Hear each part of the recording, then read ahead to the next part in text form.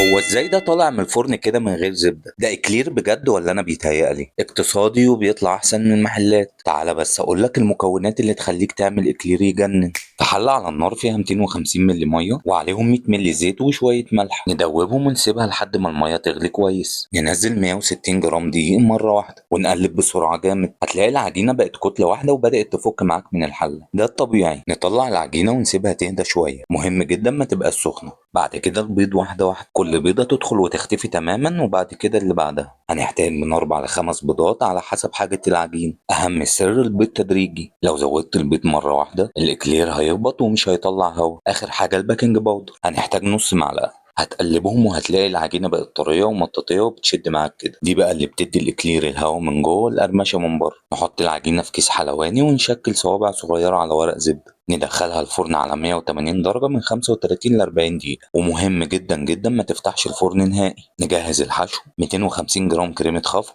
هنخفقها كويس مع 150 جرام حليب مكثف لحد ما تبقى تقيلة وكريمي. بكيس حلواني برضو نحشي من الجنب كده، ودي اللحظة اللي بتخلي الشكل يجنن. طبعا الحشو لما يبرد تماما. طبعا الفكرة اقتصادية لأنها بتعتمد على الزيت بدل الزبدة. لو الإكلير ده شدك ولو ثانية واحدة، اكتب لي في الكومنت أول حاجة جت في دماغك إيه وأنت بتشوفه، حلو ولا صعب ولا عايز تجربه، وكمان بتحبه عادي ولا بالشوكولاتة. خلينا نشوف الذوق عند الناس عامل إزاي.